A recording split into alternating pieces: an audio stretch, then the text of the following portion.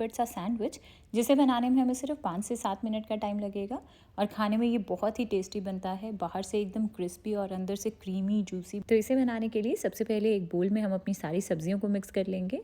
तो मैंने आज यहाँ पर ये एक मीडियम साइज़ का बारीक कटा हुआ प्याज लिया है, एक मीडियम साइज़ का बारीक कटा हुआ टमाटर जिसके बीज को मैंने निकाल दिया था, और एक छोटे साइज़ की शिमला मिर्च थी मेरे पास, इसे भी मैंने बारीक काट लिया है।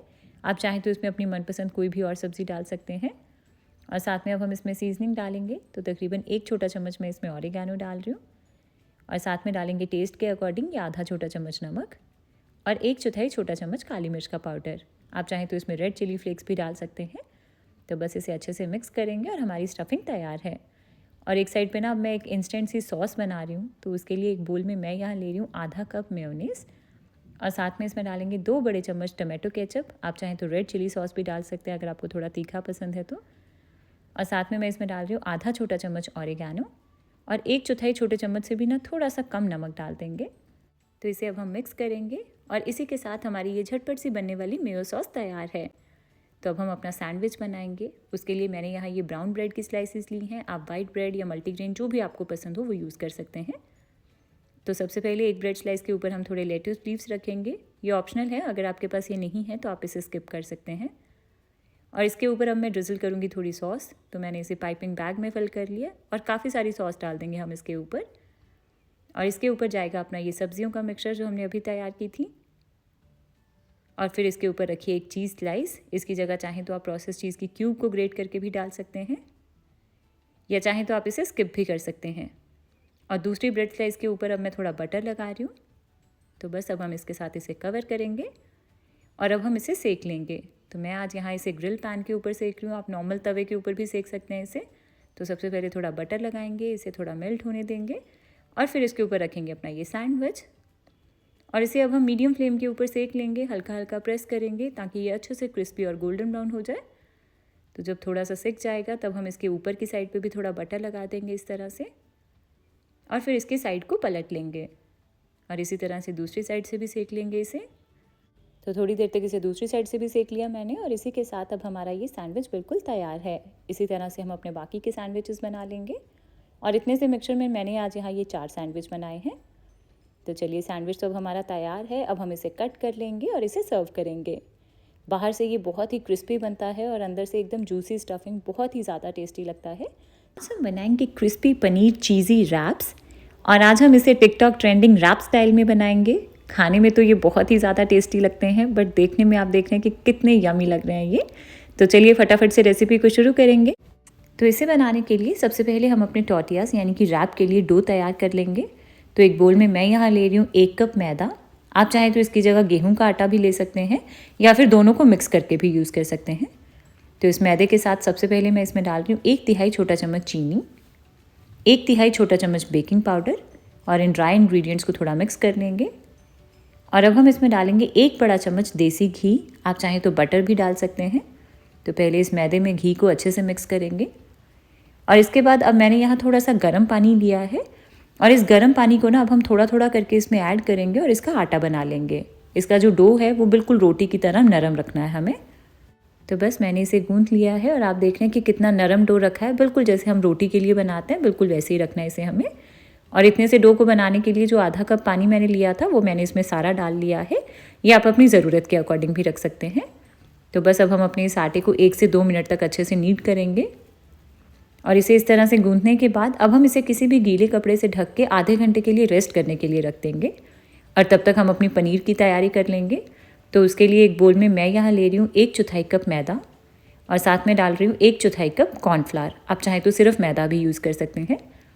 और साथ में अब हम इसमें थोड़े से फ्लेवर्स ऐड करेंगे। तो मैं इसमें डाल रही हूँ 1 छोटा चम्मच ऑरिगेनो, आधा छोटा चम्मच या टेस्ट के अकॉर्डिंग नमक, और 1 छोटा चम्मच मैं डालूँगी कश्मीरी लाल मिर्च का पाउडर कलर के लिए, 1/4 छोटा चम्मच चाट मसाला, और साथ में मैं इसमें डाल रही हूँ 2 छोटे चम्मच अदरक लहसुन का पेस्ट। मैंने इसे कद्दूकस करके यूज़ किया है। तो बस पहले इन सारी चीज़ों को एक बार अच्छे से मिक्स कर लेंगे, और इसके बाद अब हम इसमें थोड़ा थोड़ा करके पानी ऐड करेंगे और इसका एक थिक सा घोल बना लेंगे। तो बस मैंने इसे अच्छे से मिक्स कर लिया है, और आप देख रहे हैं इसकी कंसिस्टेंसी, ये चम्मच को भी पूरे अच्छे से कोट कर रहा है। तो बिल्कुल ऐसी कोटिंग कंसिस्टेंसी बनाएंगे हम इसकी, ताकि ये बाद में पनीर को भी अच्छे से कोट कर सके। तो बस बैटर अब हमारा तैयार है और एक साइड पे मैंने यहाँ पर ये पनीर लिया है, 200 ग्राम पनीर है ये, और इसे मैंने इस तरह से लंबे टुकड़ों में काट कर यूज़ किया है। तो अब हम अपने इस पनीर को कोट करेंगे, तो उसके लिए एक स्लरी रखेंगे अपने पास और साथ में थोड़े से ब्राउन ब्रेड के ब्रेड क्रम्स लिए मैंने ये। तो अब हम क्या करेंगे कि पहले अपना एक पनीर का क्यूब लेंगे और इसे अच्छे से डिप करेंगे इस स्लरी में, सारी साइड से कोट कर लेंगे इसके साथ, और फिर हम इसे डाल देंगे अपने इस ब्रेड क्रम्स वाले बोल में और इसे ब्रेड क्रम्स के साथ अच्छे से कोट कर लेंगे। तो बस इस तरह से अच्छे से कोट करने के बाद अब हमारा ये एक पनीर का क्यूब तैयार है। इसे अब हम रख लेंगे अपनी एक प्लेट में और इसी तरह से सारे पनीर के पीसेस को कोट कर लेंगे। और इस तरह से इन पनीर पीसेस को कोट करने के बाद ना मैं इसे थोड़ी देर के लिए फ्रिज में रख दूँगी, बिल्कुल तब तक जब तक कि हम इसे यूज़ नहीं कर रहे हैं। और एक तरफ हम अपनी एक क्रीमी सी सॉस बनाएंगे, तो उसके लिए मैंने यहाँ पर ये आधा कप मेयोनीज़ ली है और साथ में मैं इसमें डाल रही हूँ 2 से 3 बड़े चम्मच टमाटो केचप, आधा छोटा चम्मच ऑरिगैनो और 1/4 छोटा चम्मच या टेस्ट के अकॉर्डिंग थोड़ा नमक ऐड करेंगे। तो बस इन सारी चीज़ों को मिक्स कर लेंगे और हमारी ये क्रीमी मेयो सॉस तैयार है। तो बस अब हम अपनी सॉस को रख देंगे एक साइड पर और अब हम चलेंगे अपने आटे की तरफ। तो इस आटे को रखे हुए मुझे पूरा आधा घंटा हो गया है और आटा हमारा काफ़ी अच्छे से सॉफ्ट भी हो गया। तो अब हम इसे एक बार फिर से नीट करेंगे तकरीबन 10-20 सेकंड के लिए और इसके बाद इसे इक्वल पोर्शंस में डिवाइड कर लेंगे। इतने से आटे में ना मैं आज यहाँ ये 4 रैप्स बना रही हूँ। तो इसे इस तरह से पोर्शंस में डिवाइड करने के बाद अब हम इसे बेल लेंगे। तो थोड़ा सूखे मैदे को डस्ट करेंगे अपने इस सरफेस के ऊपर और अब हम इसे बेल लेंगे। तो बिल्कुल जैसे हम रोटी बेलते हैं ना, बिल्कुल वैसे ही बेलना है, बस ये साइज़ में थोड़ा बड़ा रहेगा और साथ में इसे बिल्कुल पतला पतला सा बेल कर तैयार करना है। तो बस मैंने इसे अच्छे से बेल लिया है और आप देख रहे हैं कि साइज़ में मैंने इसे काफ़ी बड़ा रखा है और थिकनेस में इसे काफ़ी पतला बनाया है। आप देख रहे हैं कि इसमें से मेरा हल्का सा हाथ भी दिख रहा है। तो इस तरह से बेलने के बाद अब हम इसे प्लेट में रखते जाएंगे, पर प्लेट में ना पहले थोड़ा सा सूखा मैदा डस्ट कर लेंगे इस तरह से और फिर अपने इन टॉर्टियाज़ को रख देंगे इस प्लेट में और इसी तरह से बाकी के रैप्स को भी बना लेंगे। तो इस तरह से इसे बेलने के बाद अब हम इसे पहले वाले टॉर्टिया के ऊपर रखेंगे, बट पहले उसके ऊपर थोड़ा सा मैदा डस्ट कर लीजिएगा ताकि ये आपस में चिपके नहीं। तो बस इसी तरह से सारे टॉर्टियाज़ को बना लेंगे और इसके बाद अब हम इसे सेक लेंगे। तो उसके लिए कोई भी नॉर्मल तवा ले लीजिए और इसे थोड़ा पहले गर्म कर लेंगे। जैसे ही ये तवा थोड़ा गर्म हो जाएगा, इसके ऊपर हम अपना ये रैप डाल देंगे और फिर इसे मीडियम फ्लेम के ऊपर सेकेंगे। बहुत ज़्यादा नहीं सेकना है इसे, बस हल्का सा जब इसके ऊपर बबल्स आने शुरू हो जाएंगे इसकी साइड को पलट लेंगे और बस हल्के हल्के से ब्राउन स्पॉट्स आने तक ही सेकना है हमें इसे। रोटी की तरह एकदम पूरा नहीं सेकेंगे, हल्का इसे कच्चा ही रखना है। तो बस थोड़ी देर तक सेकने के बाद इसके ऊपर हल्के हल्के ब्राउन स्पॉट्स आ गए हैं दोनों साइड पर, तो हमें इसे इतना ही सेकना है। तो बस इसी तरह से हम अपने बाकी के टॉर्टियाज़ को भी तैयार कर लेंगे और इसे रखने के लिए ना आप इसे किचन टाल यानी कि इस तरह से एक कपड़े में रखिएगा, नहीं तो ये जो टॉर्टियाज़ है ना ये बिल्कुल सूख जाएंगे। तो बस इसी तरह से मैंने सारे टॉर्टियाज़ को सेक लिया है। अब हम इसे ढककर एक साइड पर रखेंगे और इसके बाद अब हम अपने पनीर को फ्राई करेंगे। तो इसके लिए मीडियम हॉट गरम तेल लिया है मैंने यहाँ और इसमें अब हम डाल देंगे अपने ये पनीर के पीसेस जो हमने कोट करके रखे थे और इसे पहले 10 सेकंड तक बिल्कुल भी नहीं चलाएंगे। ऊपर की जो कोटिंग है ना क्रम्स वाली वो अच्छे से सेट हो जाएगी और फिर उसके बाद हम इसे चलाना शुरू करेंगे और हल्का हल्का इसे अलटते पलटते हुए मीडियम फ्लेम के ऊपर तल लेंगे तब तक जब तक कि ये बिल्कुल अच्छे से क्रिस्पी और गोल्डन ब्राउन ना हो जाएं। तो बस बहुत ही जल्दी अच्छे से तलकर तैयार हो जाते हैं ये और आप देख रहे हैं कि कितने अच्छे से एकदम गोल्डन ब्राउन और क्रिस्पी हो गए हैं। तो बस अब मैं इसे एक छन्नी में निकाल लूँगी ताकि ये जो पनीर है ना ये क्रिस्पी बना रहे, बहुत ज़्यादा सॉगी ना हो। आप चाहें तो टिश्यू टाल के ऊपर भी निकाल सकते हैं। तो बस मैंने ये सारे पनीर के क्यूब्स को फ्राई कर लिया है और अब हमारी सारी तैयारी हो चुकी है। अब हम अपने इस सारी चीज़ों को असेंबल करेंगे। तो इसके लिए क्या करेंगे कि सबसे पहले अपना एक टॉर्टिया लेंगे और इसे अब हम पहले कट करेंगे। तो इस तरह से ना इसे हाफ तक कट कर लेना है और इसके बाद सबसे पहले मैं इसके ऊपर रख रही हूँ लेट्यूस और दूसरे पोर्शन में लगा देंगे थोड़ी सी ये मेयो सॉस जो हमने बना कर रखी थी। तो अच्छे से काफ़ी सारी सॉस लगा देंगे हम इसके ऊपर और इसके ऊपर अब हम थोड़ा और सैलेड रखेंगे। तो मैं यहाँ अनियन रिंग्स रख रही हूँ, थोड़ी सी टमाटो की स्लाइसेस रखेंगे और थोड़ी सी मैं यहाँ कैप्सिकम यूज़ कर रही हूँ। आप कुछ भी यूज़ कर सकते हैं जो भी आपको पसंद हो। और फिर ये थर्ड वाले पोर्शन में जाएगा चीज़। मैंने यहाँ ये मोज़रेला चीज़ यूज़ किया है, आप प्रोसेस चीज़ भी डाल सकते हैं। और फिर लास्ट वाले पोर्शन में हम रख देंगे अपना ये पनीर जो हमने फ्राई करके लिया था। तो इस तरह से ना पनीर को एडजस्ट करने के लिए मैंने एक पीस को 2 हिस्सों में डिवाइड करके यूज़ किया है और इसके ऊपर अब हम थोड़ी सी और सॉस ड्रिज़ल करेंगे। तो उसके लिए मैंने इसे पाइपिंग बैग में फिल कर लिया है। तो ये वही मेयो सॉस है जो हमने पहले लगाई है। तो बस इस तरह से ये ड्रिज़ल करने के बाद अब हम इन सारी चीज़ों को फोल्ड करेंगे। तो इसके लिए सबसे पहले इस साइड से उठाएंगे और इसे क्लॉकवाइज फोल्ड करते जाएंगे। तो फर्स्ट पोर्शन को उठाएंगे सेकंड के ऊपर, सेकंड जाएगा थर्ड के ऊपर और थर्ड फाइनली जाएगा फोर्थ के ऊपर। तो बस हमारा ये रैप बिल्कुल तैयार है। आप देख रहे हैं कि ये कितना यमी लग रहा है देखने में। तो बस इसी तरह से हम अपने बाकी के रैप्स को भी बना लेंगे।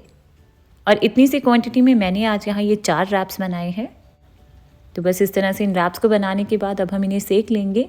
तो सेकने के लिए चाहे तो आप नॉर्मल तवा यूज़ कर सकते हैं या फिर इस तरह से ग्रिल पैन यूज़ कर सकते हैं या फिर आप इसे सैंडविच मेकर में भी बना सकते हैं। तो मैं आपको दोनों तरीके से बनाना सिखाती हूँ। तो सबसे पहले हम ग्रिल पैन को थोड़ा गर्म करेंगे, उसके ऊपर डालेंगे थोड़ा बटर और फिर इसके ऊपर अपना ये रैप रख देंगे और इसे ऊपर से हल्का हल्का प्रेस करेंगे ताकि ये अच्छे से सिक जाए। तो जब ये एक साइड से इस तरह से सिक जाएगा तब हम इसकी साइड को पलट लेंगे और इसी तरह से दूसरी साइड को भी सेक लेंगे। तो आप देख रहे हैं कि कितना यमी लग रहा है ये देखने में। तो बस थोड़ा सेकने के बाद अब दोनों साइड से ये अच्छे से सिक गया है और इसी के साथ अब हमारा ये रैप बिल्कुल तैयार है। तो आप देख रहे हैं कि कितना यमी लग रहा है ये देखने में। तो चाहे तो आप इस तरह से तवे पर या ग्रिल पैन पर सेक सकते हैं या फिर आप इसे इस तरह से सैंडविच मेकर में डालिए और थोड़ी देर में ये दोनों साइड से बहुत ही अच्छे से सिक जाएगा।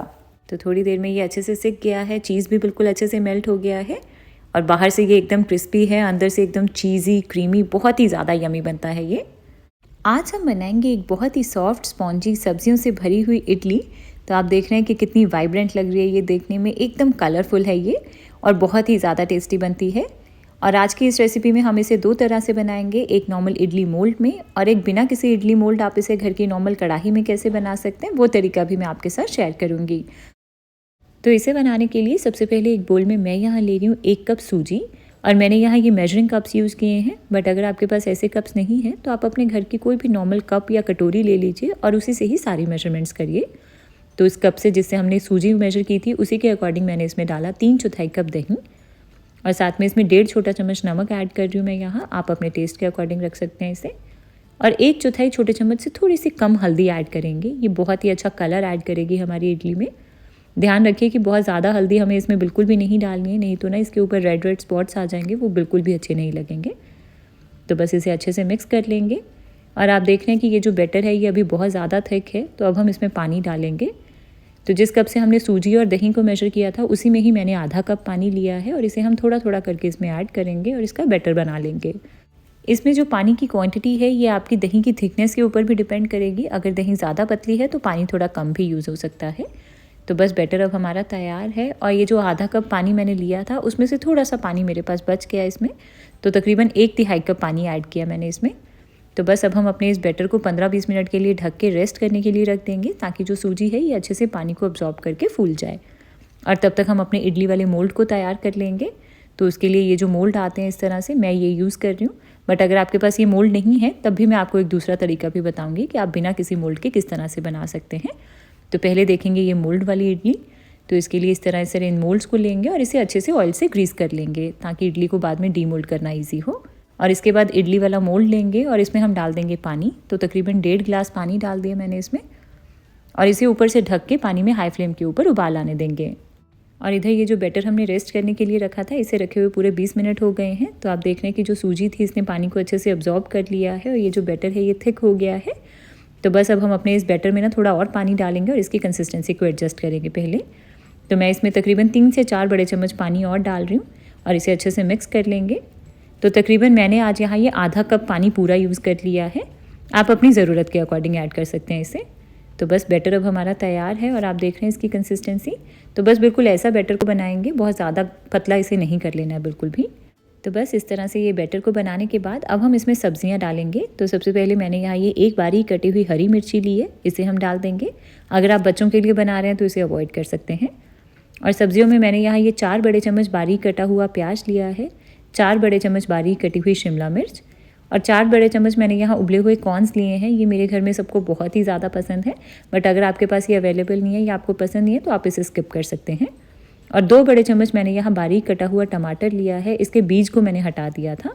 सब्ज़ी इसमें आप अपनी मनपसंद कोई भी यूज़ कर सकते हैं। आप चाहें तो लाल पीली शिमला मिर्च भी डाल सकते हैं या फिर गाजर को भी कद्दूकस करके डाल सकते हैं आप इसमें। तो बस इस तरह से ये सब्जियां डाल के एक बार अच्छे से मिक्स कर लेंगे। तो बस बैटर अब हमारा बिल्कुल तैयार है और आप देख रहे हैं इसकी कंसिस्टेंसी। तो बिल्कुल ऐसा बैटर बनाना है हमें, बहुत ज़्यादा पतला भी नहीं रखेंगे और बहुत ज़्यादा थिक भी नहीं रखना है इसे हमें। और इस बैटर में ना अब हम एंड में डालेंगे इनो। तो मैं यहाँ ये 1 सैशे ग्रीन इनो वाला पैकेट यूज़ कर रही हूँ। आप चाहें तो इसकी जगह ब्लू प्लेन इनो भी यूज़ कर सकते हैं। ध्यान रखिए कि कोई भी फ्लेवरलेस इनो डालिएगा, फ्लेवर वाले इनो ना डालिएगा इसमें। और डाल के इसके ऊपर 1 छोटा चम्मच पानी डाल देंगे इसे एक्टिवेट करने के लिए, और साथ के साथ इसे एक ही डायरेक्शन में मिक्स कर लेंगे। इनो की जगह आप चाहें तो इसमें आधा छोटा चम्मच बेकिंग सोडा यानी कि खाने वाला सोडा भी डाल सकते हैं। तो बस इसे फटाफट से मिक्स कर लेंगे, और इनो डालने के बाद इसे ज़्यादा देर के लिए नहीं रखेंगे, तो फटाफट से इसे मिक्स करेंगे और साथ के साथ डाल देंगे अपने ग्रीस किए हुए मोल्ड्स में। तो तकरीबन 1 से 1.5 बड़ा चम्मच बैटर का डाल दिया मैंने इसमें, और ध्यान रखिए कि बहुत ज़्यादा ऊपर तक नहीं भरेंगे हम इसे। तो बस इस तरह से बैटर डाल के हम इसे हल्का सा टैप कर लेंगे ताकि ये ऊपर से इवन हो जाए। तो बस इसी तरह से बाकी के सारे मोल्ड्स को भी फिल कर लेंगे। तो बस इस तरह से इन ट्रेस को फिल करने के बाद अब हम इसे स्टैंड में लगा देंगे, और इसके बाद ये जो पानी हमने बॉईल होने के लिए रखा था ये काफ़ी अच्छे से उबल रहा है। अब हम इसमें ये स्टैंड रख देंगे और इसे ऊपर से ढक के मीडियम फ्लेम के ऊपर पकाएंगे तकरीबन 12 से 15 मिनट तक। तो जब तक हमारी ये मोल्ड वाली इडली पक रही है तब तक मैं आपको एक बार बिना मोल्ड के इडली कैसे बना सकते हैं उसका सेटअप दिखाती हूँ। तो इसके लिए कोई भी कढ़ाई ले लीजिए और इसमें हम डालेंगे 1 से 1.5 गिलास पानी, और इसके ऊपर एक स्टैंड रख देंगे। स्टैंड की जगह कोई प्लेट या कटोरी को उल्टा करके भी रख सकते हैं, और इसे ऊपर से ढक के मीडियम हाई फ्लेम के ऊपर पानी में उबाल आने देंगे।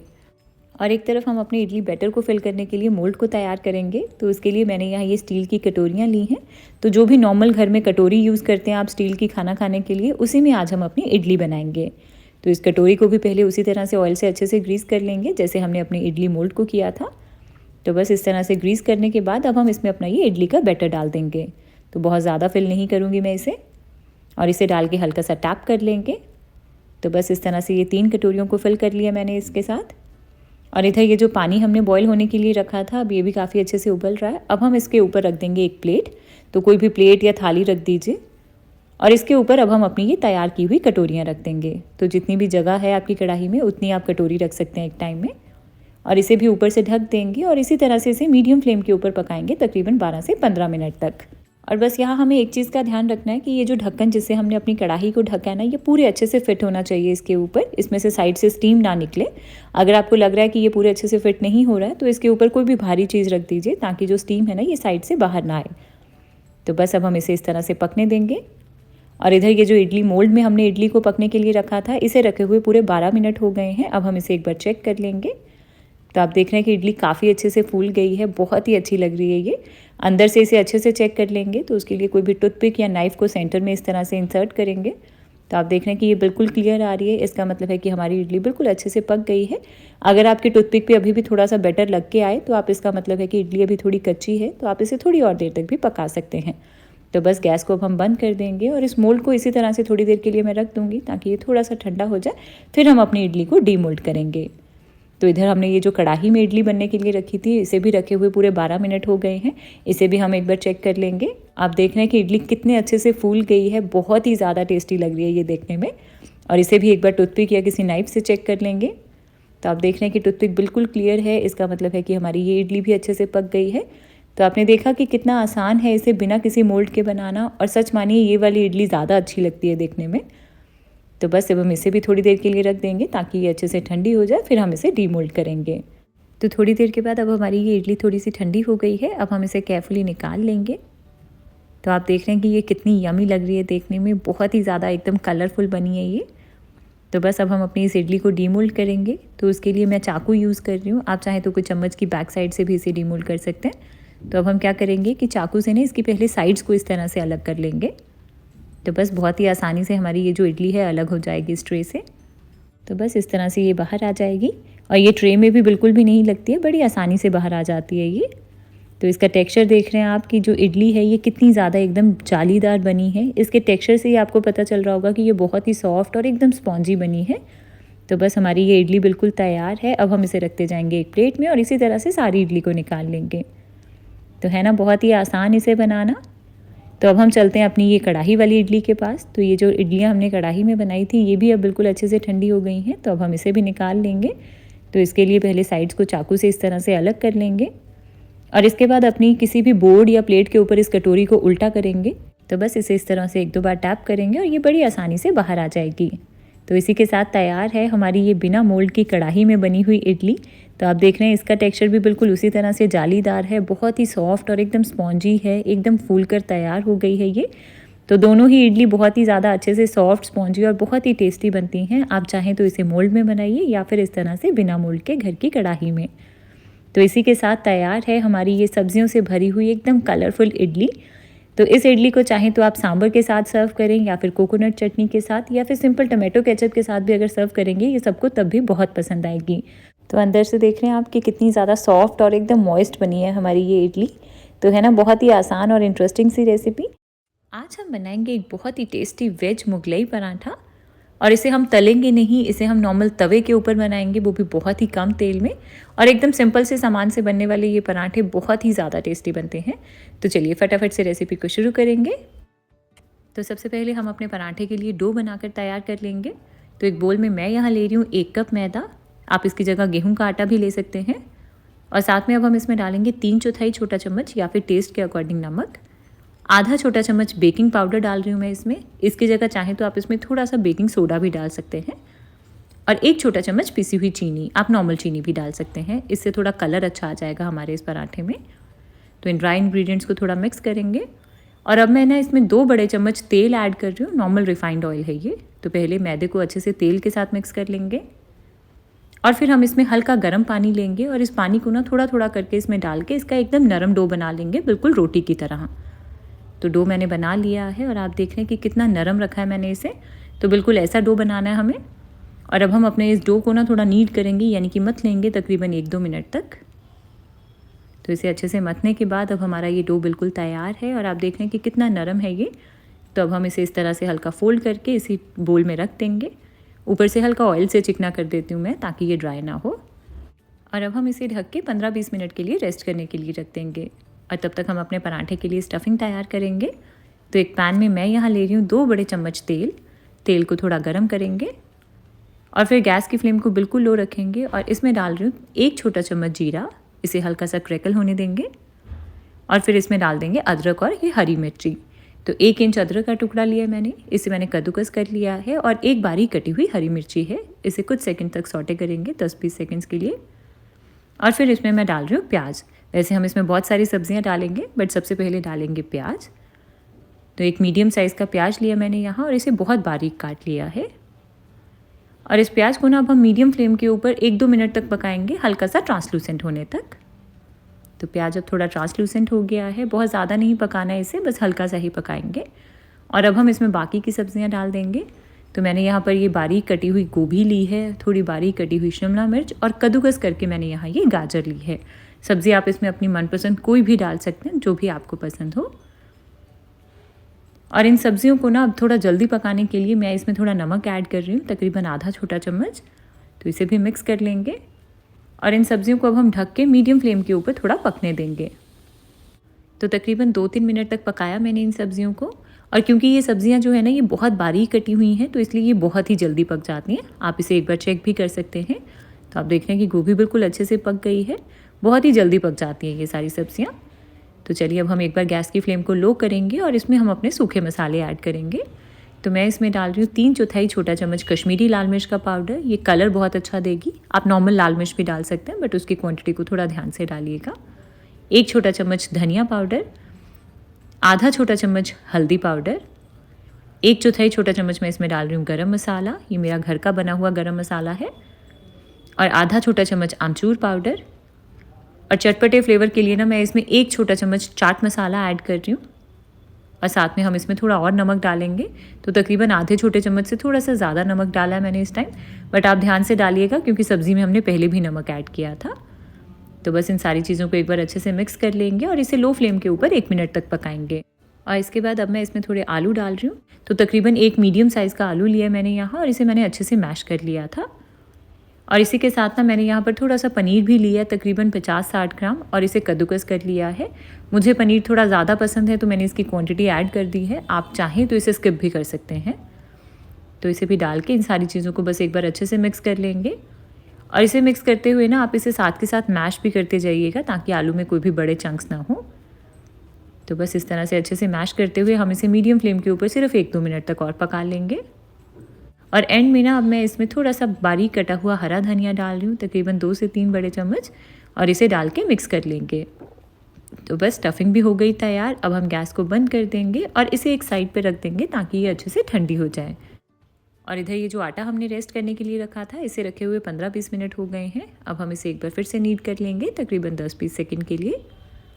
तो बस आटा अब हमारा तैयार है। अब हम इसमें से लोई तोड़ लेंगे, बिल्कुल जैसे हम रोटी के लिए तोड़ते हैं, बिल्कुल वैसे ही। और इसे अब हम बेल लेंगे। तो थोड़ा सा सूखा मैदा डस्ट कर रही हूँ मैं यहाँ। और इसे ना हमें थोड़ा पतला बेलना है और थोड़ा बड़ा रखेंगे हम साइज़ में। तो अच्छे से पतला पतला बेल कर तैयार कर लेंगे। तो मैंने इसे बेल लिया है और आप देख रहे हैं कि रोटी से काफ़ी बड़ा रखा है साइज़ में भी, और ये काफ़ी पतला है। तो इस तरह से इसे बेलने के बाद ना अब हम सेंटर में इसके ये स्टफिंग रख देंगे। तो काफ़ी सारी स्टफिंग रख रही हूँ मैं ये।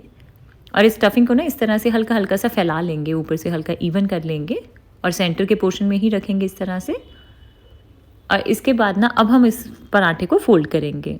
तो एक साइड से उठाइए, इसे इसके ऊपर रख दीजिए और दूसरी साइड को लाके इसके ऊपर रख देंगे। हल्का हल्का प्रेस करेंगे ताकि ये आपस में सील हो जाए। और फिर इन दोनों बाकी की साइड्स को भी उठा के इस तरह से सेंटर में लाके फोल्ड कर देंगे। तो बिल्कुल जैसे हम एक लिफाफे को फोल्ड करते हैं, बिल्कुल वैसे ही। तो बहुत ही आसान है इसे बनाना। और इसके बाद ना हम बेलन से इसे हल्का हल्का सा बेल लेंगे, बिल्कुल हल्के हाथों से बेलेंगे, नहीं तो जो स्टफिंग है वो बाहर आ सकती है। तो बस इसी के साथ हमारा ये एक पराठा तैयार है। इसी तरह से आप अपने बाकी के पराठे को बेल कर तैयार करके रख सकते हैं पहले। और अब हम इसे सेक लेंगे। तो उसके लिए पहले एक तवे को थोड़ा गर्म करेंगे और फिर इसके ऊपर डाल देंगे अपना ये पराठा। और इसे अब हम मीडियम फ्लेम के ऊपर सेक लेंगे। तो पहले एक साइड से थोड़ा सिकने देंगे और फिर इसकी साइड को पलट लेंगे और इसी तरह से अलटते पलटते हुए सेक लेना है हमें। तो बिल्कुल जैसे हम रूटीन में अपने पराठे बनाते हैं ना, बिल्कुल वैसे ही सेकना है इसे भी। तो जब हल्के ब्राउन स्पॉट्स आ जाएंगे इसके ऊपर, तब हम इसके ऊपर थोड़ा तेल लगा देंगे। आप बटर या देसी घी कुछ भी लगा सकते हैं। और इसे फिर से पलट लूँगी मैं और दूसरी साइड से भी थोड़ा तेल लगा दूँगी। और इसी तरह से इसे हल्का सा क्रिस्पी और गोल्डन ब्राउन होने तक सेक लेंगे। तो आप देख रहे हैं कि कितने अच्छे से फूल रहे हैं ये पराठे। और दोनों साइड से अच्छे से सेकने के बाद ना इसकी ये जो साइड्स हैं ये भी मैं थोड़ा सा सेक लूँगी, क्योंकि मुझे थोड़े क्रिस्पी पराठे पसंद हैं। तो इसी के साथ तैयार है हमारा ये मुगलई पराठा। तो इसी तरह से आप अपने बाकी के पराठे को सेक सकते हैं। तो है ना कितना आसान इसे बनाना, और बहुत ही ज़्यादा टेस्टी बनते हैं ये पराठे। तो आप देख रहे हैं अंदर की जो स्टफिंग है कितनी यमी लग रही है ये देखने में। और इन पराठों को आप अचार के साथ, दही के साथ या ग्रेवी के साथ सर्व करिए, आपको ये बहुत ही ज़्यादा पसंद आएंगे।